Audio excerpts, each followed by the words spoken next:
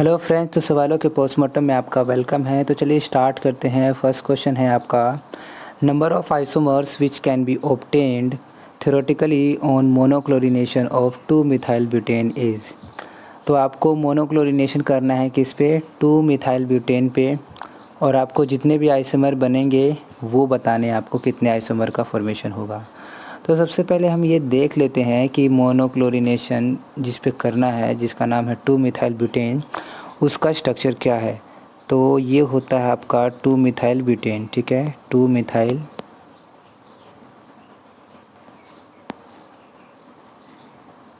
Butane. Clear इतना?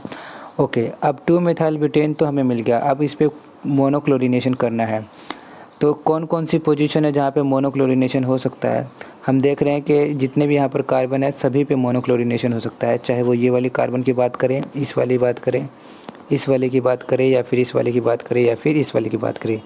पर यहाँ पे ध्यान देने वाली बात ये है कि ये वाला कार्बन और ये वाला कार्बन दोनों इक्विवेलेंट कार्बन है, तो हमें सिर्फ एक पे ही करना है मोनोक्लोरिनेशन, क्योंकि इससे जो प्रोडक्ट बनेगा वो सेम रहेगा जो इससे बनेगा, तो हमें एक ही कंसीडर करना है।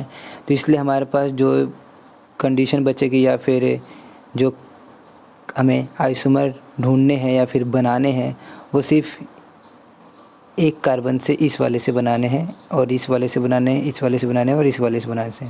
इस वाले को हम छोड़ सकते हैं, ठीक है, क्योंकि ये और ये दोनों क्या है, इक्विवेलेंट है।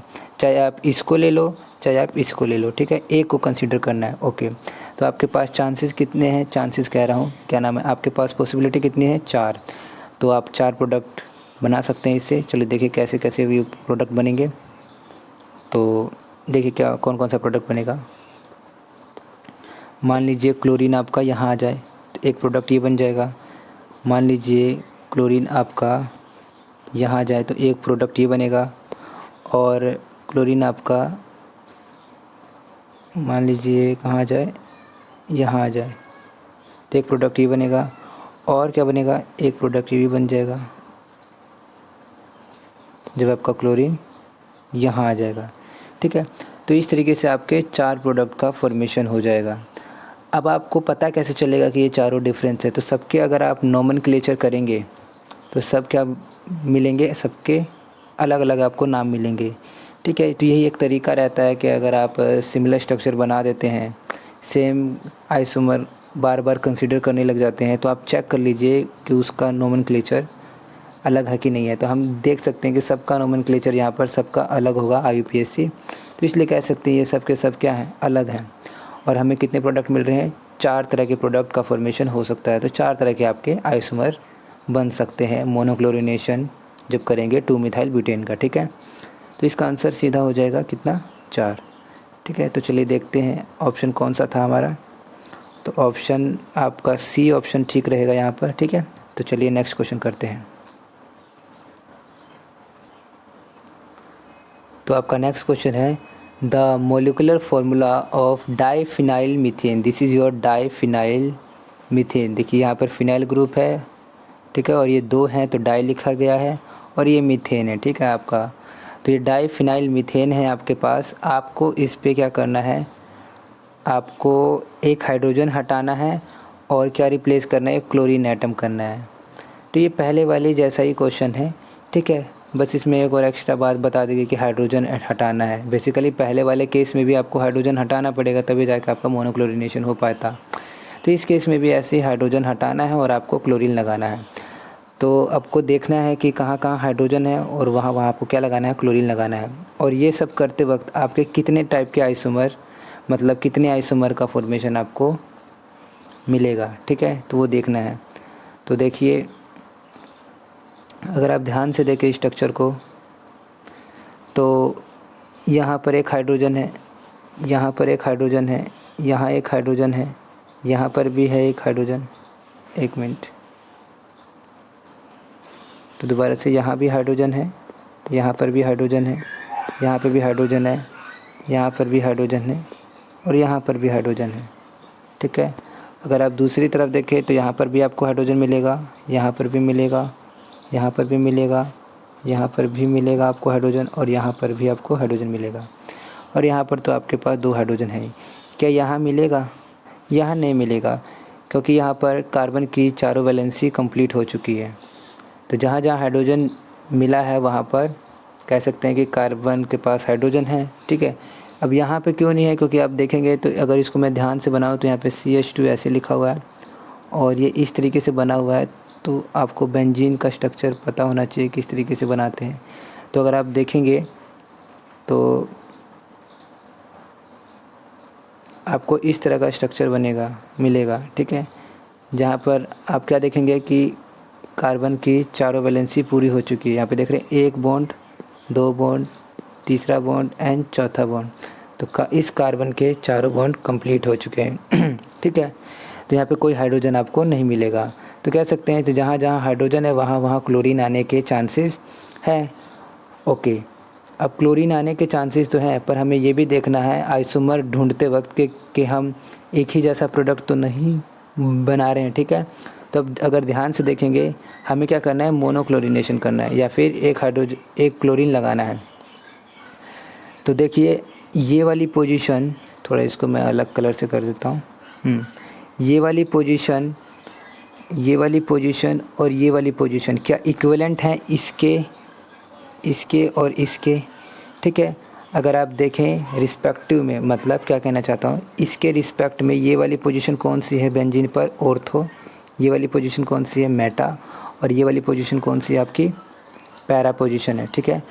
तो ये para, Meta and ortho position जो है ये बिल्कुल यहाँ पर सेम रहेगा इसके लिए भी। ये भी पैरा, ये भी मेटा और ये भी ऑर्थो, ठीक है। तो ये वाली पोजीशन और ये तीनों पोजीशन ये वाली और ये वाली तीनों इक्विवेलेंट है।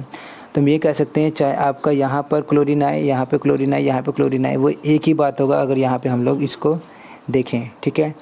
तो हम कह सकते हैं कि ये वाली साइट और ये वाली साइट क्या है आपकी, इक्विवेलेंट है। तो एक ही जगह आपको बनाना है, ठीक है। और मैंने आपको ये भी बताया था अभी भी कि आपका अगर सेम स्ट्रक्चर बन जाता है तो उसका नोमेनक्लेचर भी सेम ही रहेगा। तो अगर आप एक जैसा स्ट्रक्चर बना देंगे तो उसका नाम क्या रहेगा, सेम ही रहेगा, जिससे आप पता कर सकते हैं कि मैंने डिफरेंट स्ट्रक्चर बनाया भी है कि नहीं बनाया, ठीक है। ओके, तो हमारे पास जो यूनिक पोजीशन है वो कौन कौन सी हो जाएंगी, एक तो ये वाली पोजीशन हो जाएगी, एक ये वाली पोजीशन हो जाएगी, एक ये वाली पोजीशन हो जाएगी और एक ये वाली पोजीशन हो जाएगी। अब आप ये मत कहना है कि ये वाली पोजीशन, अगर ये वाली पोजीशन करोगे तो ये क्या है, ऑर्थो मेटा। तो ये मेटा पोजीशन है और ये भी मेटा पोजीशन है, तो दोनों इक्विवेलेंट है यहाँ भी, ठीक है। तो इस तरीके से हमारे पास जो यूनिक पोजीशंस है वो कौन कौन से आपके पास 4 यूनिक पोजीशन है, वो देख लेते हैं हम लोग कौन कौन सी। एक ये वाली है, एक ये वाली और एक ये वाली और एक ये वाली पोजीशन, ठीक है। तो आपके 4 तरह के आइसोमर का फॉर्मेशन हम यहाँ पे देख सकते हैं। तो इसीलिए आपका आंसर क्या होगा, आपका आंसर होगा ऑप्शन ए, ठीक है। आप एक एक क्लोरीन लगा के आप चेक भी कर सकते हैं, अलग अलग प्रोडक्ट बना के भी चेक कर सकते हैं, ठीक है। तो आपका राइट आंसर रहेगा ऑप्शन ए 4, ठीक है। ओके, तो नेक्स्ट क्वेश्चन करते हैं। ओके, तो आपका नेक्स्ट क्वेश्चन रहेगा, an organic compound C4H8O is found to be optically active, which of the following could it be. तो कौन सा इसमें से होगा।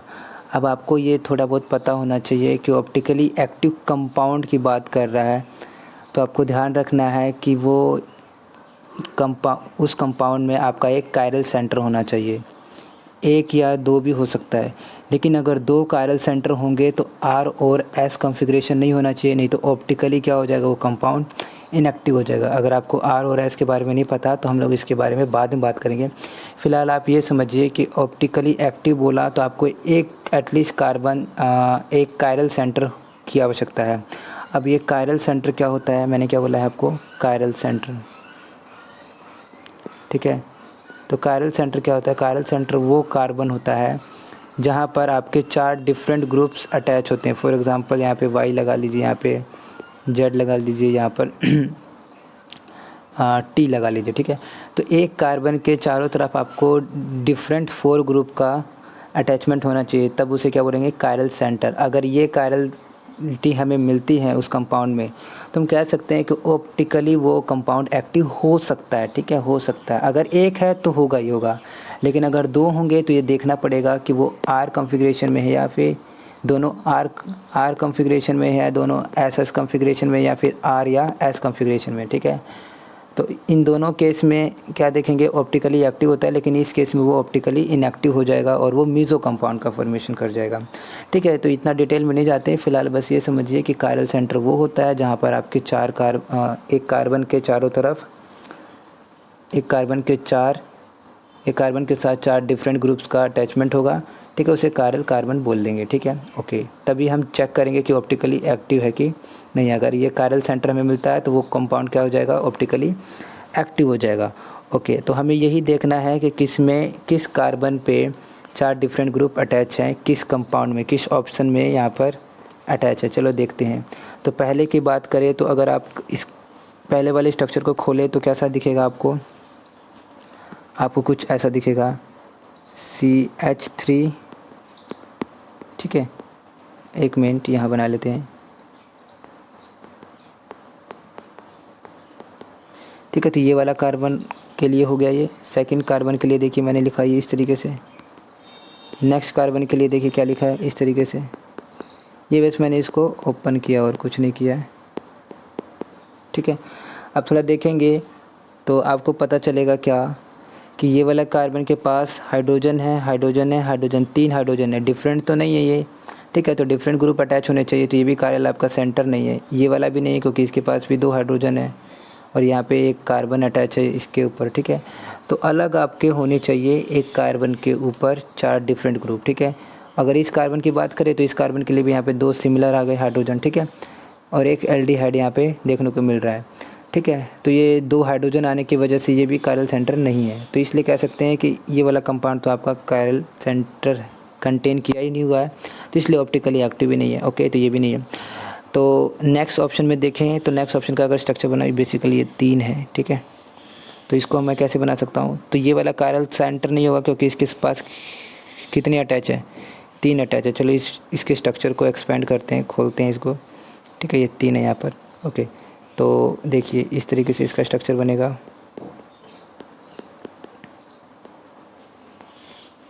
ये आपका कीटोन है, ठीक है, इसको ध्यान रखिए, इस तरीके से लिखा जाता है। आपको डिफरेंट वेज में ये फंक्शनल ग्रुप लिखने को दिखाई देंगे, ठीक है, लिखे हुए दिखाई देंगे। अच्छा, तो देखिए यहाँ पर भी अगर आप देखें तो आपको एक भी कायरल सेंटर नहीं मिलेगा। यहाँ पे भी सेम ग्रुप्स अटैच हैं कार्बन के ऊपर, ठीक है। यहाँ पर भी देखेंगे तो 2 सिमिलर ग्रुप अटैच हैं, ठीक है।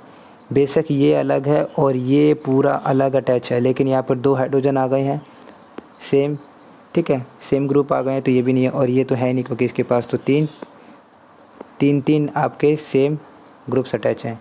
तो ये भी आपका कायरल सेंटर नहीं है और ये भी आपका ऑप्टिकली एक्टिव कंपाउंड नहीं होगा, ओके। तो नेक्स्ट देखते हैं, क्या पता नेक्स्ट में हो जाए। तो नेक्स्ट देखिए, नेक्स्ट को अगर देखें तो अगर इसको मैं बनाने की कोशिश करूं तो क्या बनेगा। मैं इस वाले कार्बन से स्टार्ट करता हूं एक बार, CHOH CH3, ये CH डबल बॉन्ड CH। अगर आप ध्यान से देखें तो हमें यहाँ पर मिलता है कायरल सेंटर, ये वाला कार्बन जो है, ठीक है, क्योंकि यहाँ पे देख रहे हो एक हाइड्रोजन ग्रुप अटैच है, एक हाइड्रोक्सिल ग्रुप अटैच है और एक मिथाइल ग्रुप अटैच है और एक ये इथिनाइल ग्रुप है। इसका क्या नाम है, इथिनाइल ग्रुप, ठीक है। अगर ये, हाँ ठीक है, ये कौन सा ग्रुप अटैच है यहाँ पर, इथिनाइल ग्रुप अटैच है। तो हम देख रहे हैं क्या, एक कार्बन के ऊपर 4 डिफरेंट आपको ग्रुप्स का अटैचमेंट दिख रहा है। एक hydroxyl group, methyl group, hydrogen and ethynyl. तो हम कह सकते हैं कि ये वाला कार्बन ये वाला जो कंपाउंड होगा क्या होगा, ऑप्टिकली एक्टिव होगा। तो ऑप्शन सी ही आपका राइट आंसर हो जाएगा, ठीक है। अगर नेक्स्ट को देखें तो चेक कर लेते हैं नेक्स्ट वाले में क्या प्रॉब्लम है कि वो कायरल कंपाउंड है कि नहीं। तो अगर इसका स्ट्रक्चर बनाने की कोशिश करूँ तो मैं इस वाले कार्बन से स्टार्ट करता हूँ, ठीक है। तो CH अटैच हुआ है इससे और एक CH अटैच हुआ है जो कि एक एल्डिहाइड ग्रुप है। अगर आप यहाँ देखें तो यहाँ पर क्या है, 2 मिथाइल ग्रुप अटैच हैं, CH3 एंड CH3, ठीक है। तो हम क्या देख रहे हैं, ये वाला तो कायरल कार्बन है ही नहीं, और ये वाला भी नहीं है, और ये वाला भी नहीं है। क्यों? क्योंकि इसके पास 2 मिथाइल ग्रुप अटैच हो गए हैं। ये दोनों तो सिमिलर, ये दोनों तो डिफरेंट नहीं है, ये दोनों तो सिमिलर है, इसलिए आपका ये वाला कायरल कार्बन नहीं हो सकता है, क्योंकि इसके पास 4 डिफरेंट ग्रुप अटैच नहीं है। ठीक है, तो कह देंगे कि क्या, कि ये वाला कंपाउंड भी क्या है, ऑप्टिकली इनएक्टिव है। ठीक है, तो आपका ऑप्शन क्या रहेगा, आपका ऑप्शन सी रहेगा, जो कि क्या है, ऑप्टिकली एक्टिव कंपाउंड है, क्योंकि इसके पास कायरल सेंटर है। ठीक है, ओके, चलिए नेक्स्ट क्वेश्चन करते हैं। हाँ, तो आपका नेक्स्ट क्वेश्चन है, विच of the following has zero dipole moment. तो पहले देख लेते हैं डायपोल मोमेंट क्या है। भैया डायपोल मोमेंट आपका एक वेक्टर क्वांटिटी है। कैसी क्वांटिटी है? वेक्टर क्वांटिटी है। वेक्टर क्वांटिटी है तो डायरेक्शन भी होगा इसका कुछ। तो इसकी डायरेक्शन हम मानते हैं पॉजिटिव एटम से लेके नेगेटिव एटम तक। ठीक है, नेगेटिव एटम के तक। ठीक है, अब आपको ये देखना है कि आपका डायपोल मोमेंट किस मॉलिक्यूल में ज़ीरो है। क्या वो 1 ब्यूटीन में देखने को मिलेगा, या वो सिस 2 ब्यूटीन को में देखने को मिलेगा, या ट्रांस 2 ब्यूटीन में देखने को मिलेगा, या फिर 2 मिथाइल प्रोपीन में देखने को मिलेगा। तो आपको ये चेक करना है। तो चेक करने के लिए सबसे पहले आपको थोड़ा स्ट्रक्चर बनाना पड़ेगा। तो 1 ब्यूटीन को देख लेते हैं एक बार। तो दिस इज़ योर 1 ब्यूटीन। ठीक है, ओके, अगर मैं इसके हाइड्रोजन को शो कर दूं तो कैसे दिखाना चाहिए मेरे को? इस तरीके से दिखाना चाहिए। ठीक है, ओके, बाकी के हाइड्रोजन को भी शो कर देता हूँ तो कि क्लैरिटी आए आपको कुछ।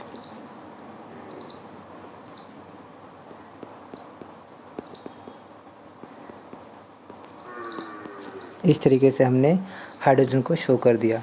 अच्छा, अब एक बात आपको ये पता होनी चाहिए कि ये वाला कार्बन किस तरह का हाइब्रिडाइज कार्बन है। मतलब ये वाला कार्बन की हाइब्रिडाइजेशन क्या है। तो इसकी हाइब्रिडाइजेशन क्या है? sp2।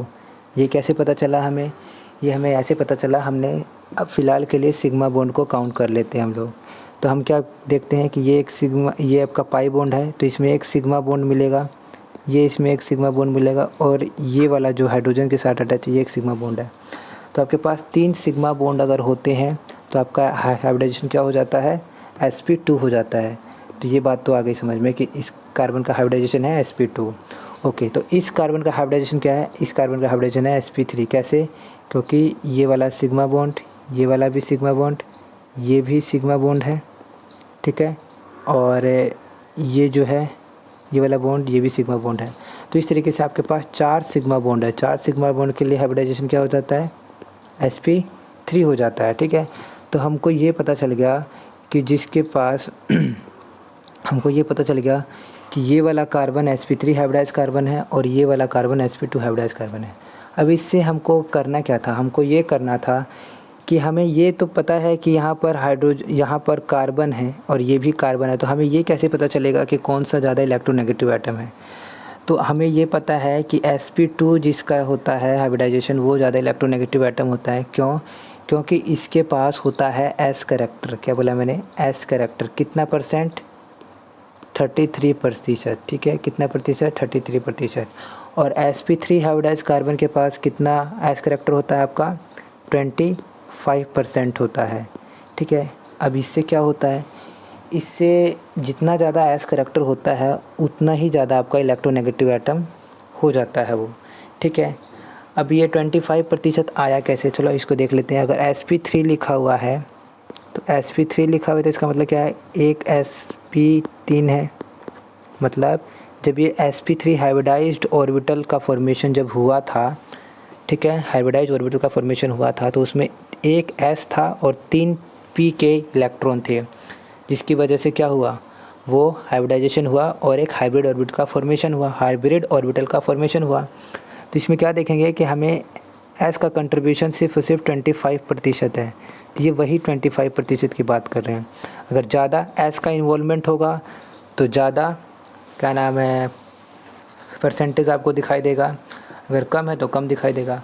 वहीं अगर हम देखें इस वाले केस में, ये वाला हाइब्रिड ऑर्बिटल के केस में देखें, हाइब्रिडाइज ऑर्बिटल के केस में, sp2 वाले के केस में, अगर sp2 वाले के केस में देखोगे तो आपको पता चलेगा कि यहाँ पर एक s है और 2 p है। तो हम कह सकते हैं कि इसमें ये इसका कंट्रीब्यूशन 33% है, ठीक है।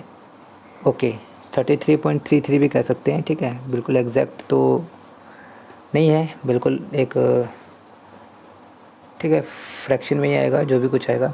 ओके, तो आपका ये रफली 33% आपका एस करेक्टर है। तो दो चीज़ें आपको पता चल गई क्या, कि ये दोनों कार्बन डिफरेंट डिफरेंट इलेक्ट्रोनेगेटिव हैं, मतलब डिफरेंट डिफरेंट इलेक्ट्रोनेगेटिव एटम है। बेशक ये कार्बन है लेकिन इनकी इलेक्ट्रोनेगेटिविटी अलग अलग है।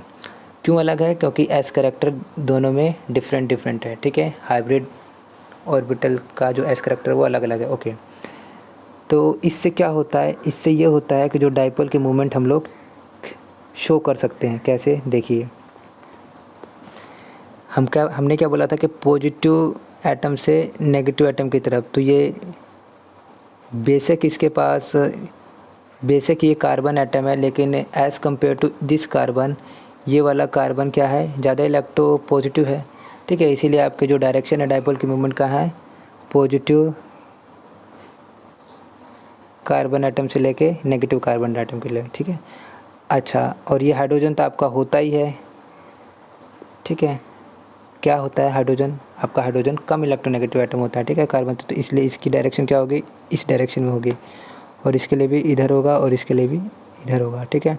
अब थोड़ा ध्यान से देखिए, हमें पता है कि डाइपोल मोमेंट एक वेक्टर क्वांटिटी है, तो ये वाला वेक्टर तो ये वाले वेक्टर से कैंसिल हो जाएगा, क्योंकि दोनों का जो वैल्यू आएगी वो सेम आएगी। लेकिन ये वाला वेक्टर ये वाले वेक्टर से कैंसिल नहीं होगा, क्योंकि ये कार्बन से कार्बन की तरफ आ रहा है, ठीक है, इलेक्ट्रोनेगेटिव कार्बन की तरफ आ रहा है, और ये वाला हाइड्रोजन से कार्बन की तरफ आ रहा है, ये वाला। तुम कह सकते हैं कि ये दोनों एक दूसरे को कैंसिल फुली नहीं कर पाएंगे, कुछ ना कुछ तो आपका डाइपोल मोमेंट बच जाएगा, नेट क्या आएगा, इधर ही की तरफ आएगा, ठीक है। तो हम कह सकते हैं कि इसमें आपको ज़ीरो डाइपोल मोमेंट देखने को नहीं मिलेगा, ठीक है। तो आपका ये ऑप्शन तो होने वाला नहीं है। अगले को देखते हैं, अगले को बना के देखते हैं। तो अगला देखिए, सिस ब्यूटीन का स्ट्रक्चर आपका इस तरीके से होता है, ठीक है। इसके हाइड्रोजन को अगर आप शो करना चाहें तो आप ऐसे शो कर सकते हैं, ठीक है। अब यहाँ पे फिर वही बात है कि ये sp3 हाइब्रिडाइज कार्बन है, तो ज़्यादा इलेक्ट्रोनेगेटिव एटम नहीं हो पाएगा। ये वाला sp2 है तो ये हो जाएगा, ठीक है। इसलिए डाइपोल का डायरेक्शन देखिए किधर की तरफ होगा, ध्यान से देखिएगा। तो डाइपोल का डायरेक्शन देखिए,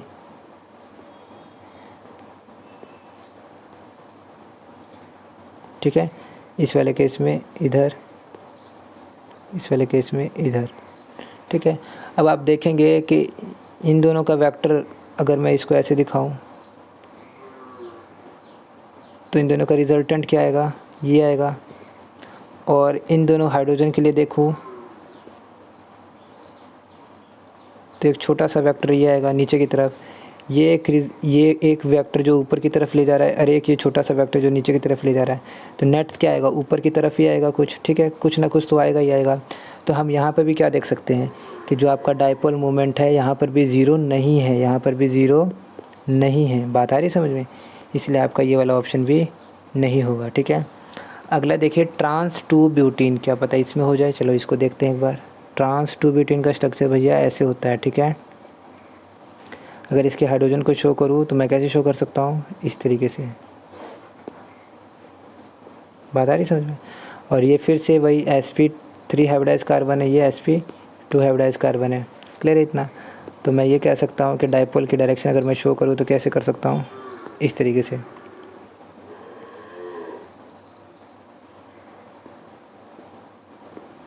ठीक है। और ये वाले केस के लिए इस तरीके से, ठीक है। अब थोड़ा अगर ध्यान से देखेंगे तो आपको देखने को क्या मिलेगा कि ये वाला वेक्टर और ये वाला वेक्टर जो होगा, डाइपोल मोमेंट बिल्कुल सेम होगा, और अपोजिट डायरेक्शन में है तो ये एक दूसरे को कैंसिल कर जाएंगे, ठीक है। तो ये वाला कैंसिल कर जाएगा इससे, तो ये भी गायब हो जाएगा, ये भी गायब हो जाएगा, और ये वाला भी कर जाएगा कैंसिल, क्योंकि सिमेट्री आ गई यहाँ पर।